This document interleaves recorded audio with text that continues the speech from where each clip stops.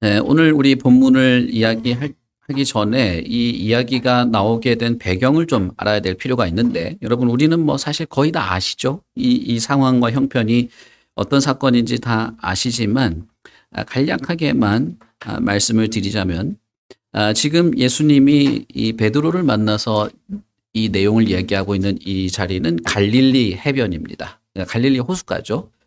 그런데 이 갈릴리에 만나러 온 이유는 제자들이 예수님이 십자가에서 죽으시고 난 이후에 마음이 많이 상했죠. 그래서 예수님을 쫓고 예수님의 제자로 이렇게 생활하기보다는 그저 옛날 방식으로 그냥 옛날에 우리가 어부였으니까 나는 물고기나 잡아야 되겠다 하고 예전에 자신들이 하던 어부 생활로 돌아온 상태였죠.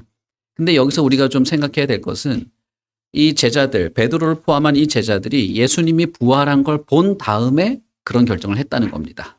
우리가 아시죠? 이 다락방의 제자들이 문을 다 걸어 잠그고 있는데 예수님이 그 자리에 와서 내 손을 만져라, 내 옆구리에 손을 넣어봐라 해가지고 예수님이 죽었지만 부활한 걸 다 경험하고 눈으로 확인한 상태였어요. 그럼에도 불구하고 이 사람들은 마음이 상당히 이제 이렇게 뭐랄까요? 밑바닥까지 떨어진 상태였죠. 그래서 그냥 예수님이 살아났고 부활했고 대단한 건 봤지만 그냥 어부나 돼야 되겠다. 물고기나 잡으러 가야 되겠다 하고 온 상태입니다. 거기서 이제 예수님이 이 제자들을 만나서 대화를 하는 장면인데 물고기를 잡으러 와가지고 예전에 자신들이 하던 일이니까 했지만 밤새 고기를 잡지 못했습니다. 그러다가 호수 가장자리에 있던 어떤 사람이 이쪽으로 던져보시오 해가지고 던졌더니 그물이 찢어질 정도로 고기가 잡히는 그 사건은 예수님이 베드로를 처음 만날 때 있었던 것과 똑같은 것이 벌어진 거예요. 그래서 요한이 저 주님인 것 같다. 그러니까 베드로가 물로 뛰어들어서 오니까 예수님이 이미 숯불을 피워서 거기서 고기를 굽고 있는 그 장면 속에서 이 대화가 있었던 것입니다. 그런데 이 베드로에게는 이 예수님이 부활한 것을 알고 예수님의 손을 만지고 다 했음에도 불구하고 이 마음의 상처와 이 낙담, 이 낭패감이 사라지지 않았습니다. 그건 왜 그러냐면 예수님이 군인들한테 잡혀서 십자가에 달리는 그날 저녁에 마지막 식사를 할 때 베드로가 예수님에게 뭐라고 말했냐 하면 나는 주를 위하여 목숨도 버리겠습니다. 여기 앉아있는 이 친구들은 다 배반할지 몰라도 나는 절대 그럴 사람이 아닙니다. 라고 호언장담했어요.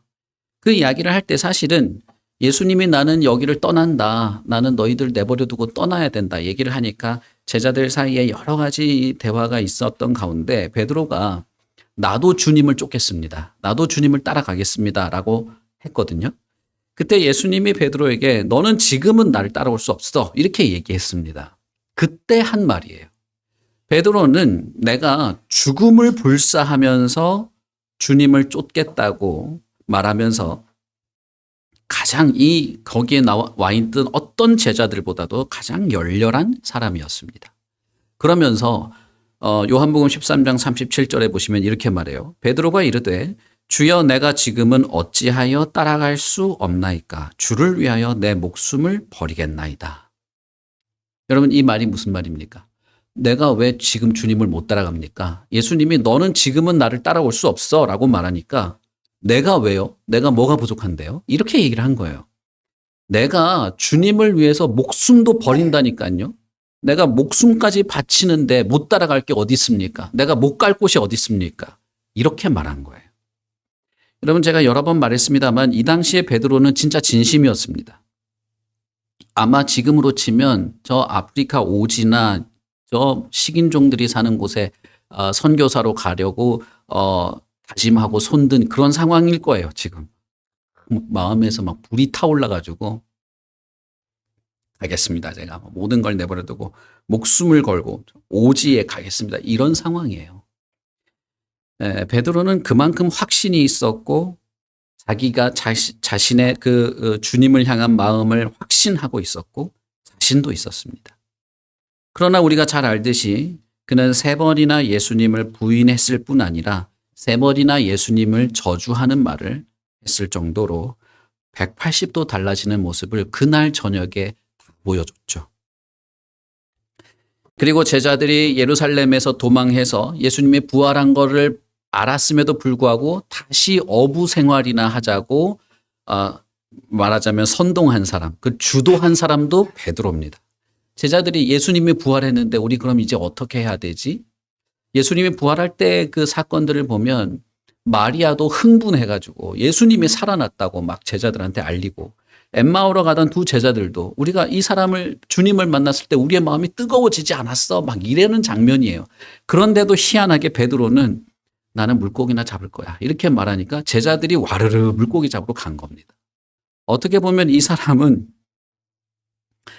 제자들이 주님을 향한 그 뜨거운 마음이 식어져서 옛날 어부 생활로 돌아가게끔 주도한 사람이기도 한 것입니다. 그런데 이제 이 베드로는 자기가 그렇게 부인하고 심지어는 저주하고 주님의 부활을 알면서도 물고기나 잡자고 이렇게 선동했던 그 자신이 예수님을 만나고 얼굴과 얼굴을 마주보고 대화하고 있는 장면이 된 것입니다. 세 번이나 배신했던 그날 밤처럼 베드로와 예수님은 숯불을 피워놓고 서로의 얼굴을 확인한 것이죠. 예수님, 이제 베드로가 세 번 부인하면서 예수님과 눈이 마주치잖아요. 마태복음에 보면 예수님이 세 번째 그 갈릴리 인간 하면서 막 저주를 퍼붓거든요. 저주를 퍼부을 때 예수님하고 눈이 딱 마주친단 말이에요. 그러면서 닭이 울는, 그때 그 장면을 보시면 베드로가 추워가지고 숯불을 피워놓고 있었어요. 그래서 요한복음 18장에 보시면은 그때 추웠기 때문에 아랫사람들이 불을 피우고 나서 쬐니 베드로도 함께 서서 쬐었다라고 돼 있거든요. 이 장면은 완전히 거의 판박이로 갖다 세팅을 해놓은 거예요. 어떤 면에서 보면 예수님은 되게 잔인한 사람이야.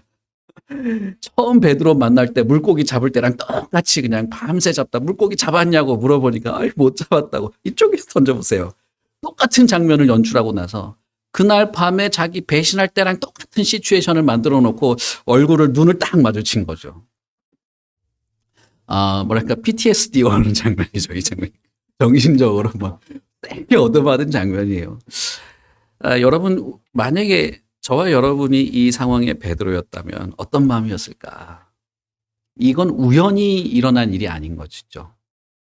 예수님이 어쩌다 보니 베드로를 만나러 온 것이 아니라 예수님은 특별히 베드로를 만나러 온 것입니다. 특별히 이 배신자, 그리고 주님을 따르려는 열망이 다 식어버리고 사람들까지 다 식어버리게 만든 이 사람의 얼굴을 보고 눈을 마주치려고 오신 것이죠. 누가 막을 수 있습니까? 사실 어떤 면에서 베드로는 부활하신 주님을 예루살렘에서 만났음에도 불구하고 예수님을 외면하고 간 거예요. 다시 보고 싶지 않았을 수도 있습니다. 그러나 예수님은 굳이 찾아왔어요. 누가 이 예수님을 외면할 수 있습니까? 누가 이 찾아오시는 예수님을 막을 수 있냐 이 말이에요. 누가 내 귀에 들려오는 복음을 하지 말라고 막을 수 있겠습니까? 저와 여러분이 어떤 상황에 있든지 간에 만약에 우리가 이런 예수 그리스도의 은혜, 우리를 찾아오시는 주님, 우리에게 주님의 사랑을 전달하고 복음을 전하고 우리의 귀에 들리게 하시는 이 하나님의 은혜를 안다면 우리는 이 주님의 열정과 어떤 그 열심, 죽음을 초월해서 찾아오시는 그 예수님에 대한 마음을 우리는 확실히 열어야 할 겁니다. 베드로는 이 주님을 거절할 수 없었습니다. 그런데 더 난감한 상황이 펼쳐집니다. 예수님이 아주 간단한 질문, 그러나 마음을 상당히 고통스럽게 하는 세 번의 질문을 하게 되죠. 너가 나를 사랑하는가를 물어본 것입니다. 이 질문은 사실 베드로라는 사람에게 한 건 아니에요. 왜냐하면 여러분 본문을 보시면 요한의 아들 시몬아 이렇게 말하죠. 그러니까 베드로의 원래 이름은 시몬이었습니다. 요한이라고 하는 사람의 아들 시몬이에요. 그런데 예수님이 그 시몬의 이름을 베드로로 바꿔주거든요. 그때도 이렇게 말하죠. 요한의 아들 시몬아. 그 본문은 요나의 아들 시몬아라고 돼 있는데 바 요나 시몬이라는 말은 요나의 아들 시몬 이런 뜻입니다. 이 이름 앞에 바를 붙이면 누구의 아버지 이런 뜻이거든요. 그러니까 시몬의 아버지 요나. 그러니까 요나의 아버지 시몬 이런 뜻이 되는 거예요. 이제부터 너의 이름을 시몬이라 하지 말고 베드로라고 해라. 내가 이 반석 위에 내 교회를 세우겠다라고 말하죠. 베드로라는 말은 바위라는 뜻입니다. 그 말을 할 때가 언제입니까? 그 이름을 바꿔줄 때가. 예수님이 제자들한테 물어보잖아요. 사람들이 나를 뭐라고 하니? 어떤 사람들은 선지자라고 하고 어떤 사람들은 엘리야라고 하고 뭐 합디다라고 하니까 너희들은 나를 누구라고 생각하냐? 라고 할 때 베드로가 주는 그리스도십니다. 살아계신 하나님의 아들입니다. 이렇게 말한단 말이에요. 그때 예수님이 너는 이제 시몬이 아니야. 너는 베드로야. 라고 말한 거예요. 그런데 지금은 이 갈릴리 이날은 이 새벽이죠. 밤새 물고기를 잡았으니까. 이 새벽에 아직 이 해가 뜨지 않은 이 새벽에 숯불을 피워놓고 서로 눈을 맞춘 상태에서 예수님은 시몬아 이렇게 부른 겁니다. 그러니까 뭐예요? 믿음의 그 반석과 같은 믿음, 이 위에 교회를 세우겠다고 했던 그 상태가 아닌 겁니다. 이 사람은. 이 사람은 베드로의 상태가 아닌 거예요. 반석이 아니라 모래 위에 있는 것이죠. 반석 위에 집을 세운 그 집은 무너지지 않겠지만 모래 위에 세운 집은 무너지는 것처럼 이 사람은 지금 모래와 같은 사람, 시몬의 그 이름으로 불려져야만 하는 그런 사람인 것이죠. 그래서 시몬아 이렇게 부른 겁니다. 이 한마디 한마디가 다 폐부를 찌르는 거예요. 베드로의 입장에서는. 그리고 그 분위기와 상황과 현장에서 너가 나를 이 사람들보다 더 사랑하는가? 이 질문은 간단한 것입니다. 그러나 이 베드로에게 이 질문은 너무나 고통스러웠을 겁니다. 3번에 걸친 이 질문, 베드로가 예수님을 3번 부인한 것과 같이 3번의 질문을 하게 되죠. 그러나 이제 베드로는 자신감으로 대답할 수가 없어요. 자신 있게 대답할 수가 없어요. 그날 저녁에는 자기 자신을 믿었거든요. 내가 누군지 안단 말이에요. 나는 이런 사람이야. 나는 주님을 위해서 목숨도 바칠 수 있어요. 그거 나 결단했고 그 결단이 나로 하여금 확신을 가지게 했고 나 스스로도 의심할 수 없는 확신이었고 그러나 지금은 그런 주님을 사랑하는 그 사랑에 대한 자신감이나 확신으로 대답할 수가 없는 것입니다. 그래서 베드로가 뭐라고 대답합니까? 내가 주님을 사랑한다고 하는 것은 주님께서 아십니다. 이렇게 말하는 것이죠. 그러니 여기서 이 사람의 마음과 확신은 어디에 있습니까? 베드로 자신에게 있는 게 아니고 그리스도의 지식, 그리스도의 암, 예수님 당신이 내 사랑이 확실하다는 것의 근거입니다. 이렇게 말한 것입니다. 주님은 모든 것을 아시는 분입니다. 내가 주님을 사랑하는 줄을 주님께서 아십니다. 내가 주님을 사랑한다고 하는 것은 내 마음과 결단이 아니라 주님이 그렇게 아시는 그것에 달려 있습니다. 라고 말한 것이죠. 결국은 뭡니까? 내 이성과 내 감성, 내 인격조차도 주님에게 맡긴 거예요. 주님에게 달려있다고 말한 거예요. 주님께서 나의 이 모든 내 인격체까지도 주님에게 의지해서 말하고 싶다는 것입니다. 어떤 면에선 보세요. 똑같은 사람이지만 상당히 다른 태도를 가지고 있죠. 그 전에 주님께서 내가 주님을 위해서 목숨도 바칠 수 있는데 이 정도면 주님 따라갈 수 있잖아요. 이렇게 말하던 베드로에게 있어서 나라고 하는 사람은 사실은 의심할 수 없는 자아를 가진 사람이었겠죠. 그러나 지금은 그렇지 않습니다. 의심할 수 없이 확신할 수 있는 대상은 내가 아니라 주님인 것입니다. 그리고 그 주님 앞에서 겸손, 겸허함이 무엇인지를 보여줍니다. 여러분, 어떤 면에서 우리가 말하는 겸손이라고 하는 것은 자기를 부인하는 것이긴 하지만 또 긍정적인 면에서는, 적극적인 면에서는 주님께 내 인격 전체를 주님을 의지해서 이해하는, 주님 예수 그리스도라고 하는 이 머리로 내 자신을 이해하는 그런 것이라 할 수 있습니다. 우리가 조직 신학할 때 제일 먼저 하는 게 뭡니까? 신론이잖아요. 칼빈 기독교 강요를 쓸 때 순서가 신론이 먼저예요. 그리고 나서 인간론입니다.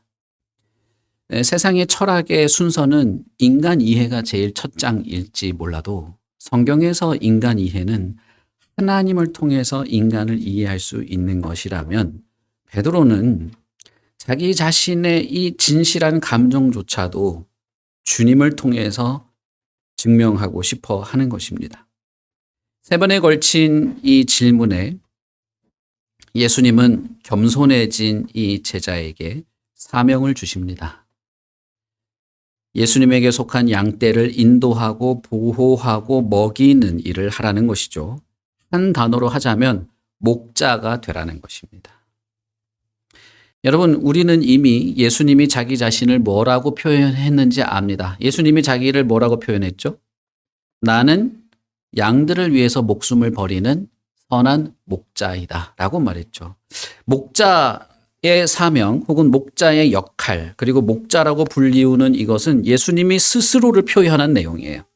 그런데 이 자리에서 베드로에게 너가 이제부터 목자다라고 말한다고 하는 것은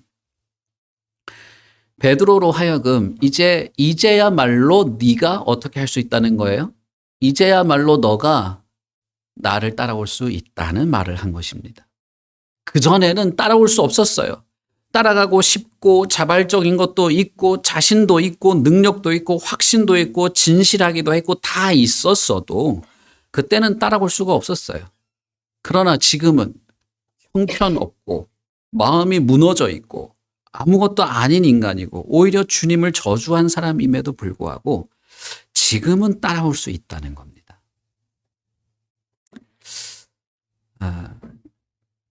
쉽게 얘기하면 지금이야말로 베드로는 주님을 위해서 목숨을 버릴 수 있는 것이 되는 것입니다. 무슨 말씀인지 아시겠습니까? 베드로는 예전에 나 목숨 버릴 수 있어요. 그러니까 따라갈 수 있잖아요. 라고 했지만 예수님은 그때는 너는 지금은 나를 따라올 수 없어. 라고 말했는데 그 말은 뭐냐면 너가 말은 그렇게 하지만 진짜 목숨을 버리는 게 뭔지 넌 지금 몰라. 그 말이에요. 그러나 이제는 베드로는 내가 주님을 따른다는 것이 무엇을 의미하는 것인지, 내가 목숨을 버린다는 것이 무엇을 의미하는지를 알아가기 시작한 것입니다. 과거에는 자기 나름의 결단, 자기 나름의 지식, 자기 나름의 무슨 과거에 있어 왔던 경험, 그런 걸 가지고 내가 따라갈 수 있다, 내 힘으로 따라갈 수 있다라고 말했다면 이제는 예수님을 따른다는 것이 곧 십자가의 길을 가는 것임을 알게 될 것입니다. 요한복음 21장 18절 우리가 읽진 않았습니다만 그 이후에 18절부터의 내용을 보시면 예수님이 이렇게 이어가죠. 내가 진실로 내게 이르노니 내가 젊어서는 스스로 띠띠고 원하는 곳으로 다녔거니와 늙어서는 내 팔을 벌리리니 남이 내게 띠띠우고 원하지 않은 곳으로 데려가리라. 이 말씀을 하심은 베드로가 어떠한 죽음으로 하나님께 영광을 돌릴 것을 가리키심이로라.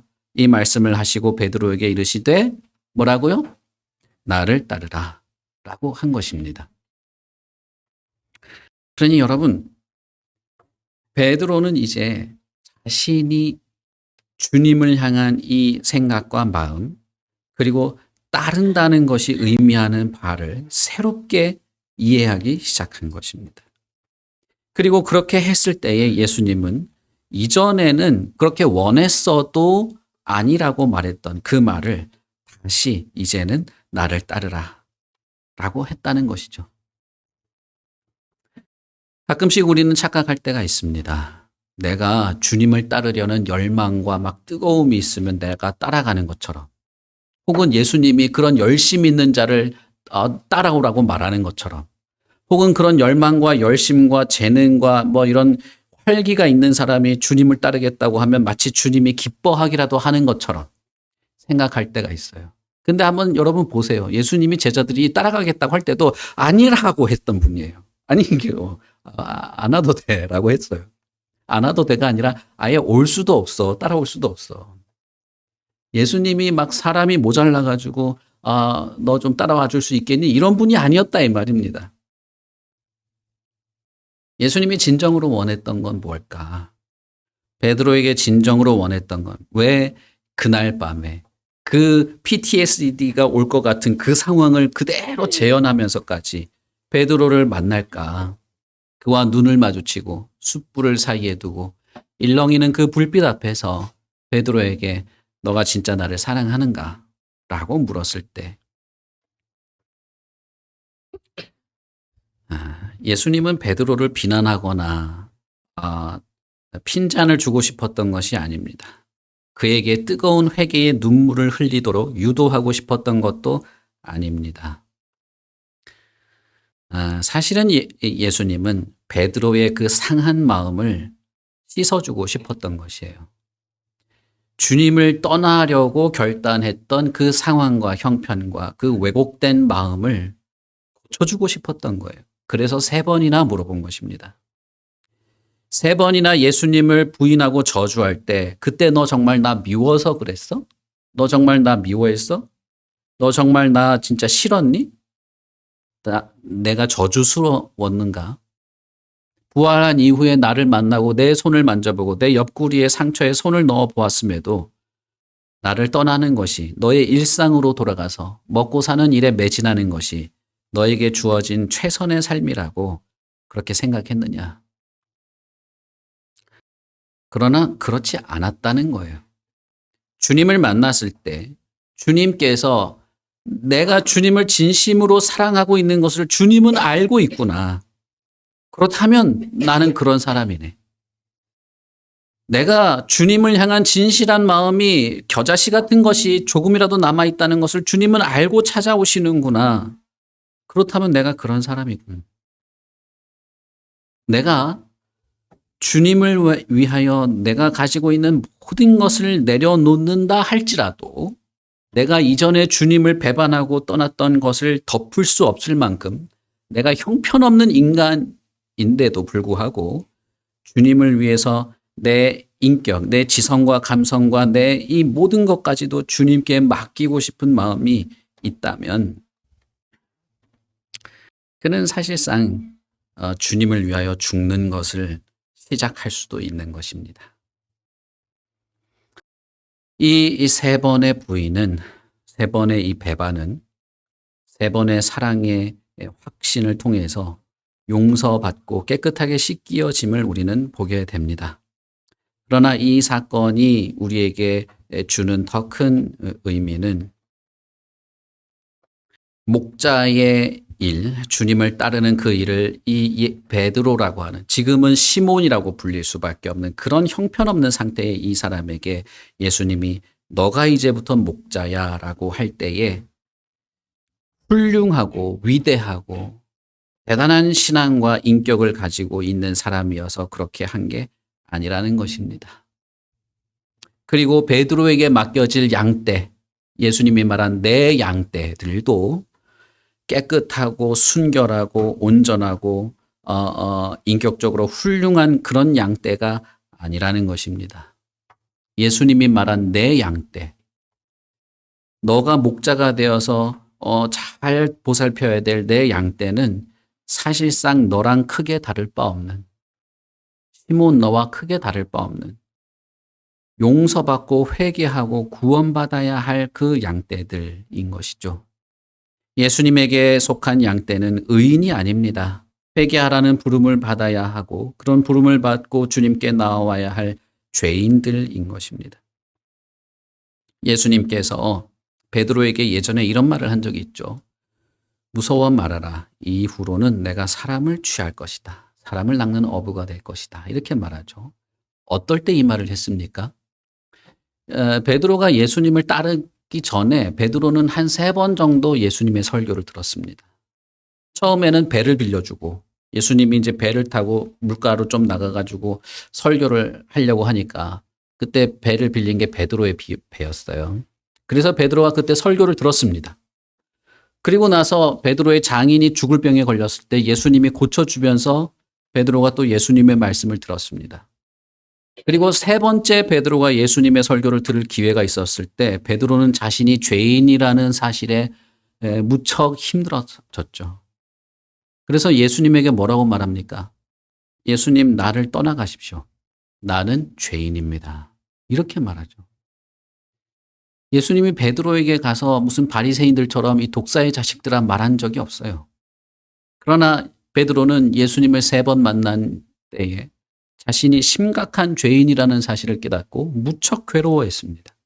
그래서 예수님에게 나 같은 사람에게 오지 마시고 가십시오. 나 같은 놈은 죄인입니다라고 말할 때 그때 예수님이 무서워하지 말아라. 이제 후로는 내가 사람을 취할 것이야 라고 말했던 거예요. 그렇게 말했을 때에 취할 사람을 낚는 어부가 된다고 할 때 그 낚이는 그 사람에 포함된 사람이 사실은 자기 자신이었죠. 베드로를 포함해서 사람을 낚는 것이 되는 것이죠. 사람을 낚는 어부는 누굽니까? 자기가 죄인임을 깨닫고 그 주님 앞에 엎드려서 회개하며 통회하던 바로 그 사람이 사람을 낚는 어부가 되고 바로 그 사람이 목자가 된 것이죠. 예수님이 이 제자 베드로에게 이렇게 말하지 않습니까? 시몬아 시몬아 보라 사탄이 너를 밀가부르듯 하려고 요구하였으나 그러나 내가 너를 위하여 내 믿음이 떨어지지 않기를 기도하였노니 너는 돌이킨 후에 내 형제를 굳게 하라 라고 말하지 않습니까? 장차 너처럼 실족할 제자들, 너처럼 흔들릴 제자들을 너는 굳게 해라. 너의 형제들을 굳게 해라 라고 예수님이 맡기지 않습니까? 이 맡기는 사람이 이 시몬이라는 겁니다. 주님 앞에서 철저히 자신의 악함과 연약함을 깨닫고 부들부들 떨면서 주님 보러 떠나라고 했던 바로 그 사람. 그리고 주님을 3번이나 부인하고 마음이 완전히 무너지고 부서진 이 사람을 예수님이 찾아오셔서 결국 예수님이 고치시는 것입니다. 그리고 만지시고 그리고 사실은 예수님이 하고 싶은 이 말, 이제는 너가 나를 따라오기를 바란다 라고 하는 것입니다. 여러분 우리의 삶이라는 것이 무엇이겠습니까? 예수 그리스도를 믿는다는 것은 무엇을 말하겠습니까? 우리 교회가 참되고 거룩한 교회로 세워지기를 바라는 마음으로 참된 예배에 힘을 쓰고 참된 진리를 연구하고 배우는 일에 열심을 내고 거룩한 영적 교제에 우리 자신을 깊이 이렇게 우리 자신이 나아가고자 하는 이유가 무엇이겠습니까? 그것은 예수님께서 원하시는 것, 예수님께서 저와 여러분을 통해서 하시고자 하는 것, 그리고 예수님께서 이 교회의 머리로서 참되고 거룩한 교회를 통해서 주님께서 이루시고자 하는 것 때문에 그런 것이죠. 그것은 우리가 위대한 사람이 되고 위대한 교회가 되고 사람들한테 뭐 이렇게 뭐랄까요, 이렇게 유명하게 이름을 떨치는 교회가 되는 것이 아니고 진짜 주님을 따르는 그런 사람을 바라는 것입니다. 우리는 주님을 따르고자 하는 이 마음, 그리고 주님도 나를 따라오라라고 하는, 이제 너는 나를 따라와라고 하는 바로 그 주님과 함께 동행하고 함께 발맞추어 가고 참으로 그런 성도와 그런 교회로 이 세상을 살기를 바라기에 우리는 예배도 하고 모임도 하고 기도도 하고 거룩한 교회가 되기를 위하여 애쓰는 것입니다. 여러분, 우리가 열심을 내기 때문에 그런 것이 아니고 예수님께서 우리를 이렇게 찾아오셔서 우리를 고치시기 때문에 그런 겁니다. 그러니 여러분, 우리가 예배할 때 어떤 마음이어야 할까요? 우리가 기도할 때 어떤 마음이어야 할까요? 그리고 우리가 기도하고 예배하고 그 예배의 은혜, 말씀과 진리를 따라 우리의 마음에 새겨진 그 예수님의 은혜를 생각하며 살아가는 삶이란 어떤 것이어야 할까요? 저는 이 시몬이라고 했던 이 베드로가 예수님께 말했던 주님께서 아십니다라고 말했던 그 마음, 그리고 나야말로 주님이 없이는 내 자신을 설명할 수 없다고 하는 그런 마음으로 고쳐진 사람.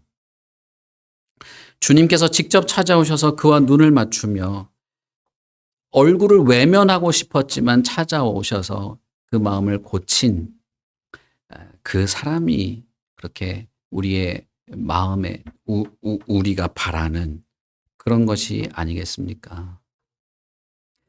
저는 이렇게 될 수 있길 바랍니다. 우리가 주님의 그 따뜻한 손길, 우리를 찾아오셔서 내 마음을 찾아오셔서 다 알기에 찾아오셔서 기어이 눈을 맞추고 기어이 얼굴을 마주보고 우리의 본심과 진심을 불러일으키시는 그 주님을 만나고 그 주님 앞에서 겸손하지만 진실하게 참으로 따를 수 있는 그런 저와 여러분이 되길 바랍니다. 우리 교회가 되길 바라요. 여러분, 우리가 그것 이상 바랄 것이 있겠습니까? 다른 것 내려두고 우리를 찾아오시는 주님께 마음을 여십시오. 그리고 그 주님을 향한 내 마음을 아시는 그 주님께 내 생각과 마음을 의지하고 맡기십시오.